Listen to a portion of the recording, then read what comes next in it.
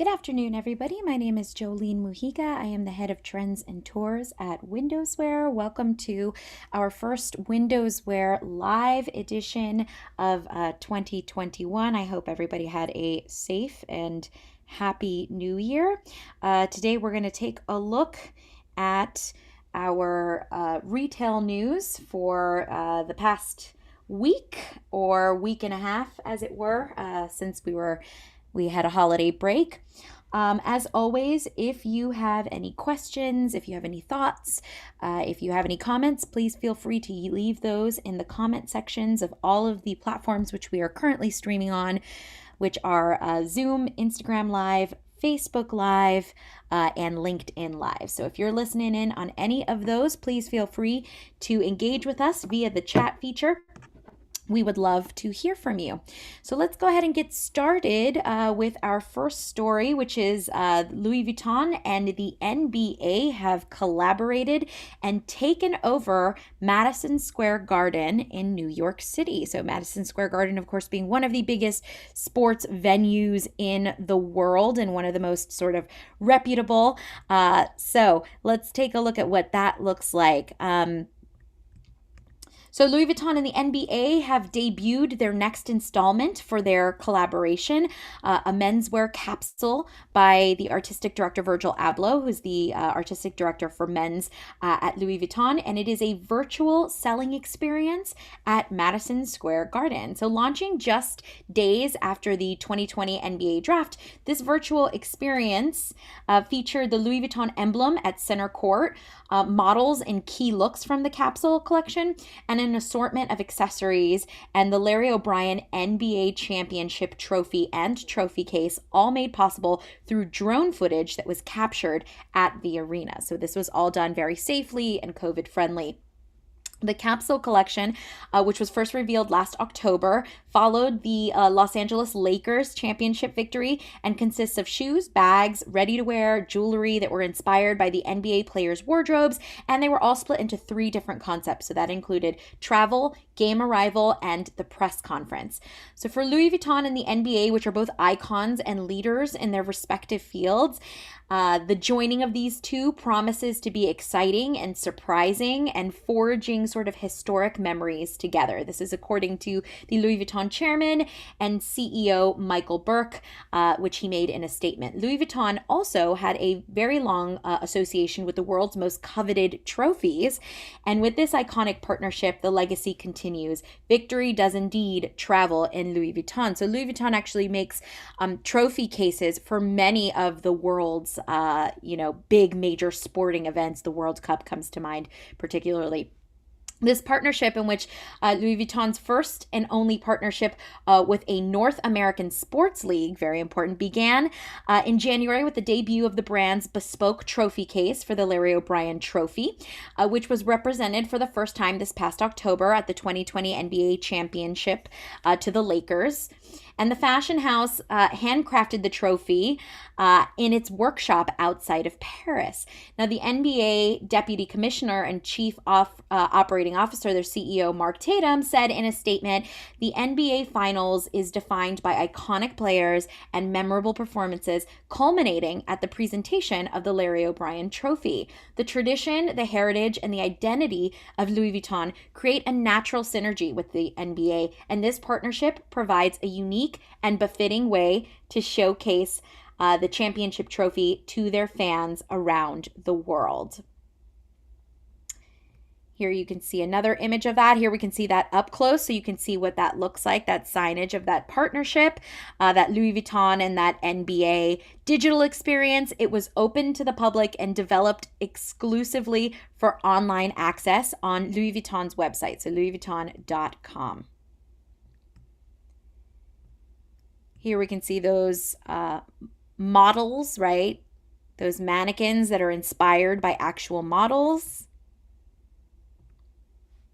And the trophy is center stage, and the trophy case itself. Fantastic work. All right, moving on to our next story. Let's take a look at what's going on over at Tommy Hilfiger. So, Hilfiger featuring their fall 2020 collection on Animal Crossing New Horizons. So, unless you were living under a rock during this pandemic, at least here in the United States, Animal Crossing was one of the biggest sensations to sort of hit the gaming world in a very long time. In the gaming industry, Animal Crossing has been known since it debuted. But during the pandemic, it was one of the biggest forms of entertainment outside of social media for millennials and Gen Z. So huge crossover market here happening between a lot of brands and Animal Crossing. And gamification is something that brands are certainly pushing into. We've seen this trend go on for the past couple years, but it's really sort of hitting its fever pitch now in 2020 and 2021.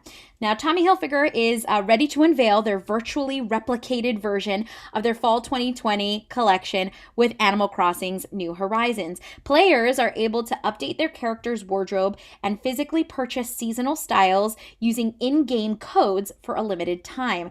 The collection is featured in a one-of-a-kind in-game brand destination called Tommy Forest, which is or was available to download for free in Animal Crossing New Horizons just up until last week from December 27th through the 29th. And working with Animal Crossing gave Tommy Hilfiger a very clear-cut test of the video game world, right? They have great plans to move forward in the gaming arena in brand new ways as it continues to be Tommy's brand relevant and eternally youthful persona. So again, many brands are now synergistically moving toward the gaming universe, which of course is its own $400 billion industry, and recognizing that those audiences can definitely there's so much buying potential and power in both industries merging together. And this is really just the beginning of the digital and virtual world blending with fashion and entertainment, right? We pride ourselves in sort of being ahead of the curve and being in touch with our consumers. And for Tommy Hilfiger, the entry into see now, buy now was the first step in breaking into this territory. This is something that Tommy Hilfiger has been doing for many seasons with their runway shows. The idea of see now, buy now started back with their collaboration with Gigi Hadid, 3 or 4 seasons ago. Stay tuned for their next chapter and their evolution with Animal Crossing. In Animal Crossing New Horizons, the key influencers who share their favorite Tommy Forest looks and experiences include Jasmine Sanders, who is a model, influencer, and activist, wearing a plaid checkered blazer.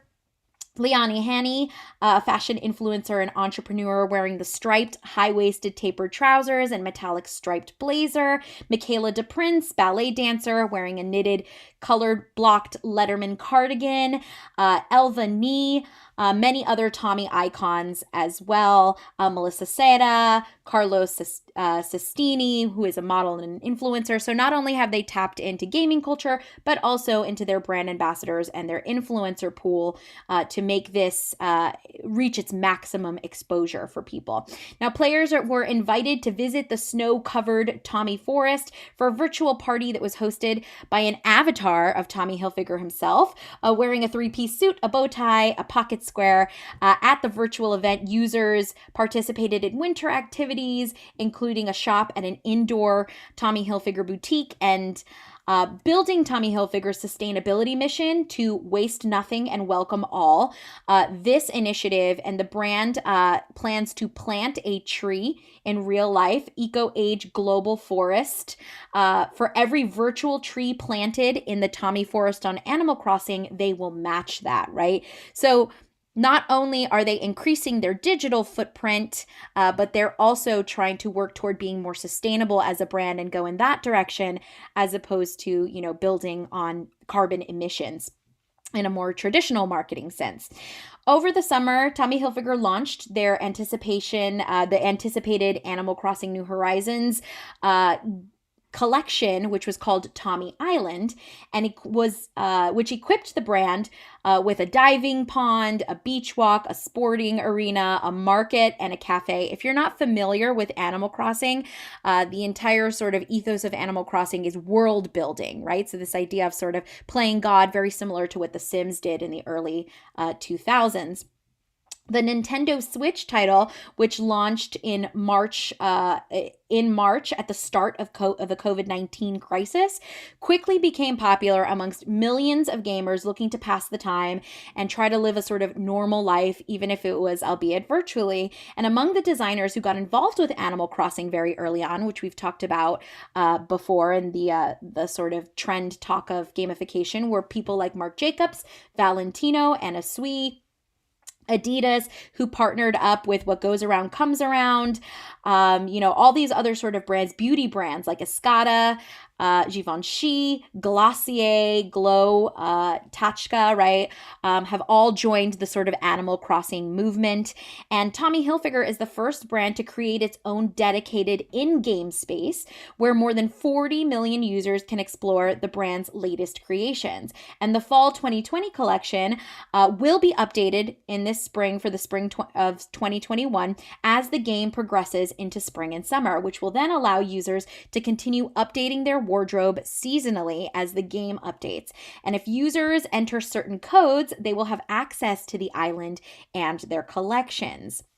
And in the fifth title of the series, which began in Japan in 2001, they took players to a deserted island that they could build from the ground up, right? Players can interact with these anthropomorphic characters that move on the island, and then they can sort of play and share with real friends via the internet. So finding community through isolation, right? Which is something I think in this past year we could all sort of relate to. Let's move on to take a look at some bigger stories that are a little more, less specific to brands. But let's talk about now as we're entering our first week in 2021 and we're starting to get all the data and the information on what, shopping behaviors were like this past season with COVID and with, the influx of the vaccine here domestically in the US. How has shopping and retail design changed, right? From sustainability linked loans to the rise of micro fulfillment centers and stores as stage sets. Here are some trends from the past year that you can sort of help you navigate the future of retail design. So let's take a look at some good examples. So the first are sustainability fit outs, right? So at the start of the year, Prada had taken on a major sustainability linked loan, right? Ensuring that the brand had to either reduce its environmental impact or else face consequences. And then in autumn, competitors like Burberry and Chanel moved quickly in the similar direction. And for all three of these, tying the way that they raise capital to sustainability objectives have a fundamental impact on the design and operations of their properties and their portfolios, right? For instance, for Burberry, they said that their offices and retail account for around 9% of its greenhouse gas emissions. An investment in more energy efficient stores, as well as more ecologically sound building practices and design decisions, can't fail to have tangible effects on how consumers experience the brand in person. Prada's commitments, which required that a set number of outlets meet gold or platinum LEED green building standards, will make this even more overt. 67% of the public believe that companies can build back better if they invest in longer-term, sustainable, and fair solutions, right? And all three of these brands are great examples that they will be considering to increase importance in retail and how they play a role in giving the narrative to the brand's sustainability story, something that has become more important to consumers, particularly younger consumers, during this pandemic. A global study by Accenture found that 60% of the public believed that companies can build back better. And as stores set to move forward, move forward, they have to reprioritize their goals, right? And their post-COVID-19 strategies. It's really important that for retailers to prioritize long-term goals for the environment and the use of sustainable materials in their retail design as they lay out their micro steps for recovery within their short-term strategies. Something else we're seeing are in-store streamers, right? Marketers have long talked about the halo effect of brick and mortar stores, arguing that their presence adds value elsewhere to the business, both in terms of brand engagement and, of course, in sales. Now, this has never been more sorely tested than in 2020, when the majority of brick and mortars shut their doors for a very long time. In response, many leaned further into the idea of the shop floor becoming its own media channel. And in Paris, Galeries Lafayette offered to connect you via video chat to advisors from leading brand concessions, or book you on a tour of an in-house personal shopper. London Selfridges offered a very similar service. Gucci also offered a similar service. We can see that photographed here. The experience of buying a luxury good is a huge part of its commodity value, right? For top tier brands, the challenge is making sure that the production values of a live stream meet the same criteria as every other touch point.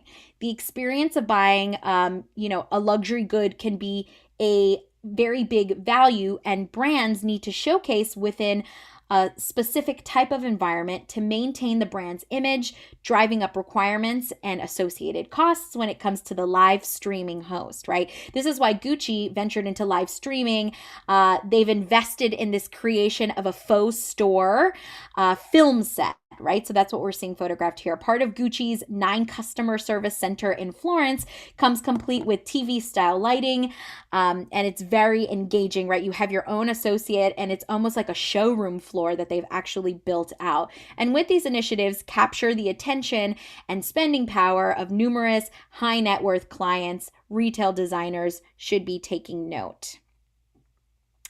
Another trend that we are starting to see are rationalized retail experience, right? So if you, at least for everyday items, people are sort of rationing that the way that they shop, right? It means like a move away from, superfluous purchasing, right? A lot of people, domestically, the country at one point had, 30 million people unemployed. So people were shopping and spending money simply in different ways, right? They were rewiring their way that they shop and then that they consume things. And despite the havoc of being caused by the outbreak of the coronavirus, the crisis is bringing into focus, or brought into focus, a number of pre-existing problems along the way in which we already shop, right? It's very complicated and can constantly, changing store layouts and confusions about where products are, right?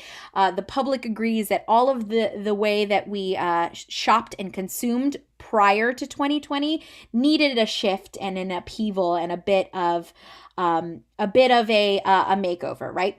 Walmart stepped in as an example of how a store puts principles that that may work to work, right? In short, much like transport architecture, if you will, right? They were inspired by airport wayfinding systems as best-in-class examples of how to navigate large groups of people. So their CEO, Janie Whiteside, stated that the redesign feature that was overt in their signage in bold dimensional typefaces that spotlit certain sections of the store, as well as simplifying store guides at entrances that directed people straight to their target items, right? This is exactly what happens at airports, right? If you think of a duty-free type scenario, right? Everything is very targeted and very specific in the way it's laid out, partly because of size constrictions and time constrictions. People don't have the time to lounge, in an airport setting.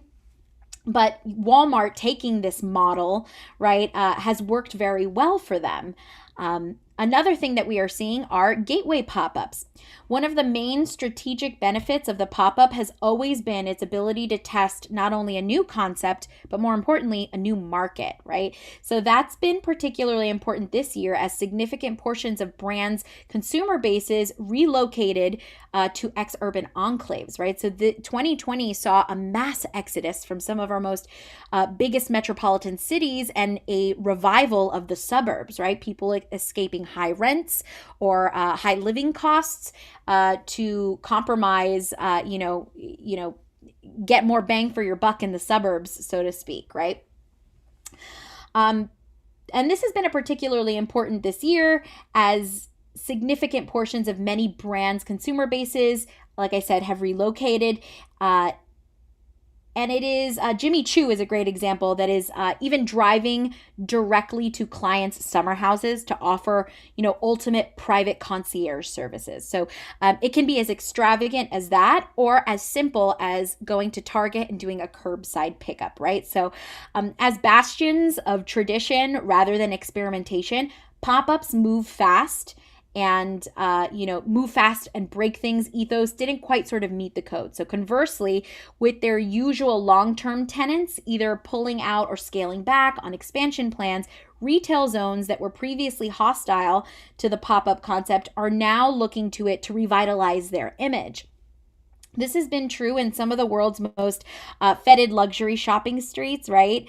On New York's Madison Avenue, for instance, in New York City, vacancy rates have hit 19% earlier in 2020, and the Madison Avenue Business Improvement District has created a new system to streamline the process for arranging short-term license agreements. This, of course, is really smart thinking because the hope is that this will tempt reticent property owners to lower their barriers of entry, right? It's a similar situation in Milan at the Golden Triangle, where local analysts believe that 2020 proved to be a useful impetus to revitalize the retail mix in that area that has historically had very little scope for any sort of surprise.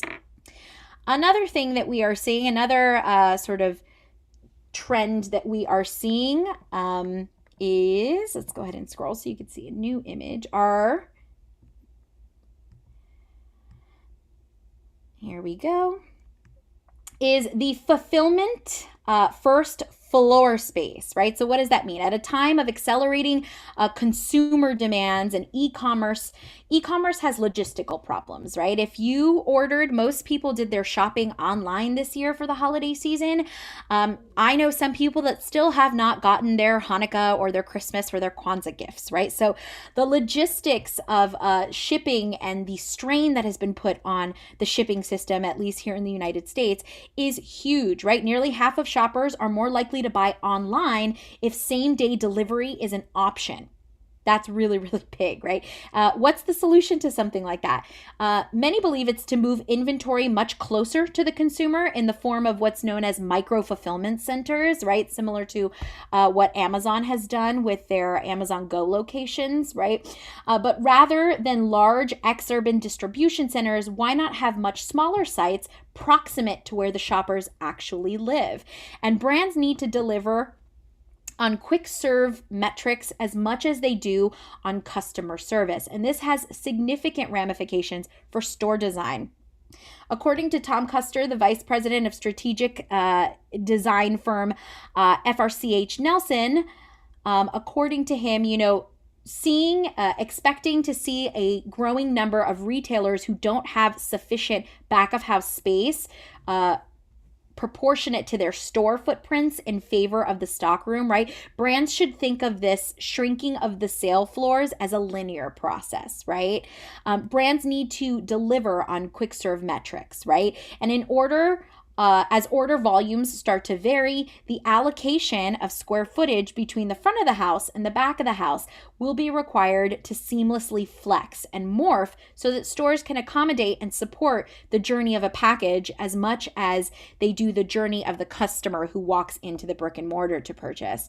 And one more thing, or rather, if you want to understand sort of the scale of this shift, right, just look to the fact that Amazon has been in discussion with Simon Property Group, which is the largest mall owner in the United States, about turning vacated Sears and JCPenney's locations into distribution hubs. So they're already thinking along those lines of making sure that they get the product to the right zip code to pull back on those shipping times. Of course, Amazon setting up that Prime feature where now everybody expects their packages in 48 hours or less. They set a very high standard that the rest of the retail industry is struggling to catch up with. So those are some of our major changes to the retail design that we've seen in 2020. We'll see those further implemented into 2021. Let's take a shift at our last story and take a look at the positive pathways for beauty retail. So another sort of thing that we've taken a look at, taking a look back at 2020, right? And, much to the tempo of customers' lives, knowing when to balance the digital with the physical, and why 2020 sort of forced beauty brands to build more meaningful interactions in their stores, right? The beauty sector has always seen an incredible upsurge in retail innovation over the past, I would say, five years or so, right? But this constant desire to lay claim to the future of the beauty store has often resulted in people throwing darts at a dartboard rather than thinking carefully about where brand and customers can really connect. We understand beauty beyond the surface level. You have to really understand the end user and where they're at and meet them there, right? So for the L'Occitane and Provence in Manhattan's Flatiron district, this is a great example. Their role was to come in and create flagship anchors for the brand to constantly mine inspiration, right? And the Flatiron store represents the story of the alchemy of Provence and the stretching of time that you experience in Provence and in the communal flavors of it, right? The space is broken up into 3 distinct zones, such as a market space, a home interior, and a back garden. There's also a lot of digital elements, which include the world's first beauty fitting room. They were inspired by what they were seeing happening in fashion and in the clothing market, where you were able to order different colors, different sizes. In this particular L'Occitane store, you're actually able to order testers directly to your station, and each has a sink and towel so that you can use sort of autonomously and have this experience. We've seen younger consumers sort of go after this in droves. It's very social media friendly, and it's very uniquely concierge style, right? This also helps the location play into the local rhythms of one of the most city's vibrant areas. If you have 2 minutes to get what you need, but if you can come into the store and get what you need, but if you have a longer period of time, there's also a spa in the store. So that's a great example of how the beauty industry is sort of shifting and changing. And here we can see just what that looks like in this image.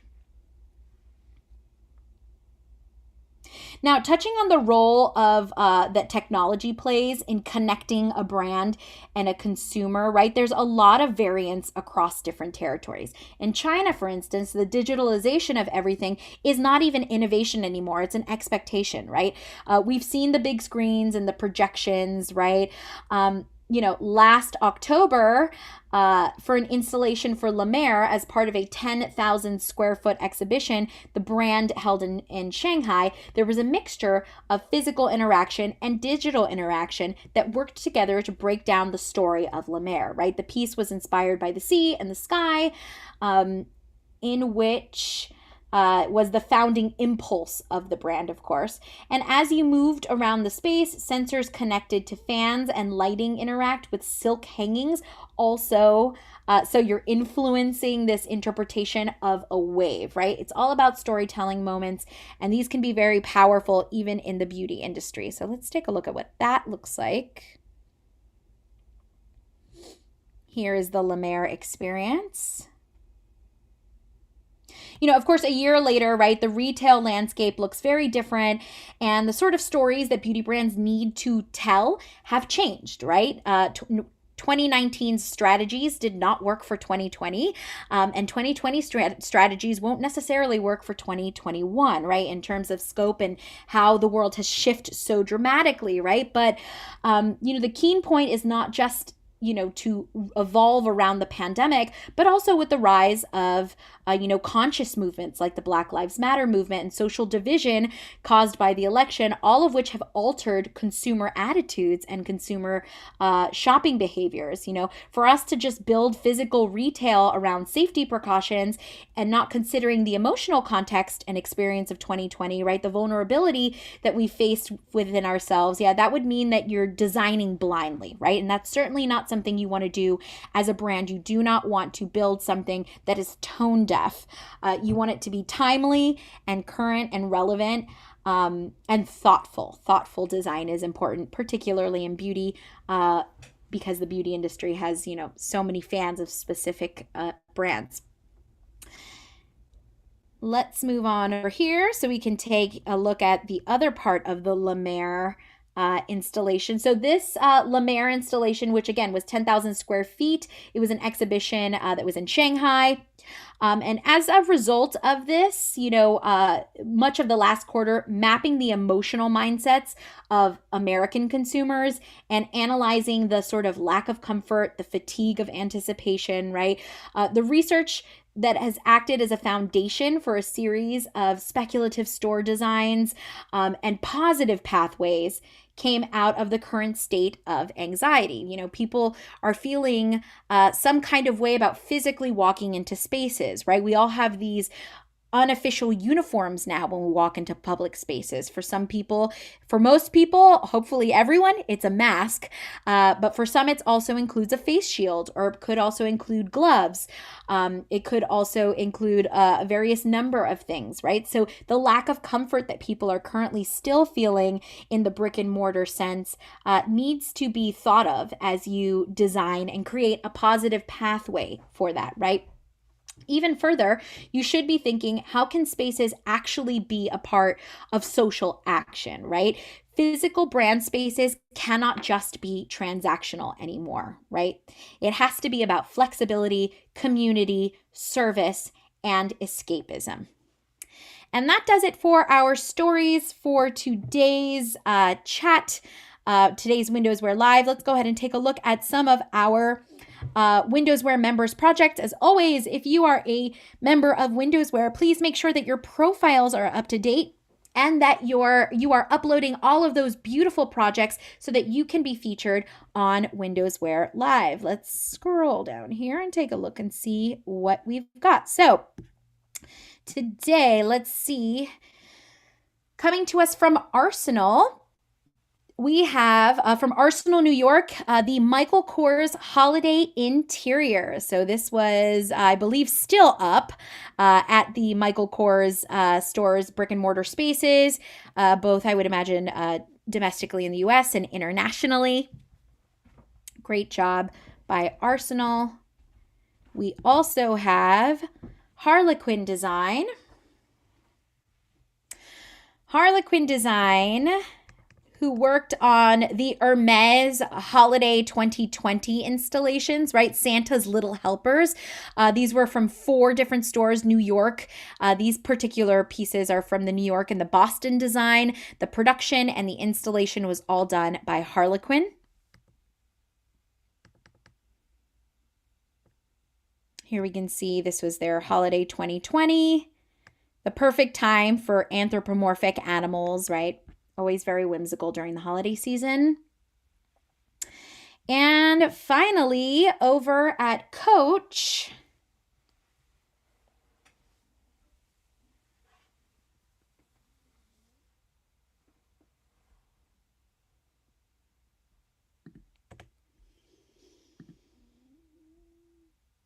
all right, while I'm waiting for that to go ahead and load up, this is a perfect time for me to tell you that if you are a WindowsWear member, please make sure, again, that you are uploading all of those projects, always keeping your profile up to date, because that allows us to share your beautiful work and feature you on WindowsWear Live. All right, here we go. So just premiering, I think, this week, Giovanni Saccariello, of course, of Coach, their fantastic digital pop-up, a collaboration between American icon Mickey Mouse and American artist Keith Haring. This is the Exploratorium. So Coach introduces the Disney Mickey Mouse and Keith Haring Exploratorium. It is a fully immersive digital experience featuring 5 interactive rooms. The pop-up included an AR Mickey Mouse that surprises consumers as they explore, and a unique gift shop where you can even shop special editions of special edition physical and digital gifts, such as AR filters, a bespoke Spotify playlist. And you can explore. It's an immersive NYC subway station where you can paint your own street art, Keith Haring style. You can watch exclusive celebrity videos from some of the Coach brand ambassadors, right? So they've managed to translate, this is a brilliant idea of translating the classic pop-up into a digital variation, right? A really great and strong start to 2021 from Coach. And I'm really excited to see how this year takes the challenges of last year and sort of morphs that into something that is, just as much digital as it is in person, and just as meaningful in its storytelling as it is in its presentation. So fantastic work. All right, that does it for our WindowsWear Live, our first WindowsWear Live of the year. As always, if you have any questions, please feel free to submit those. Thank you for all the lovely comments. And it is my, it's time to also tell you that if you are a WindowsWear member, or actually if you're not, the WindowsWear Awards nominees have officially been announced. We announced those back in December. Congratulations to all of the WindowsWear nominees. The voting page is now officially live. So if you want to vote for your favorite brand, your favorite team, your favorite installation, your favorite pop-up, whatever it is, please get yourself to windowswear.com/awards. Voting is now live. You can vote for your favorite. Feel free to do that at any point in time. The winners will be announced on February 1st. So the WindowsWear Awards for 2020 will be announced on February 1st. So just about another 4 weeks to go of voting. So make sure that you get yourself to windowswear.com/awards to vote for your favorite brands. Thank you so much. Have a fantastic afternoon, and we will see you next week.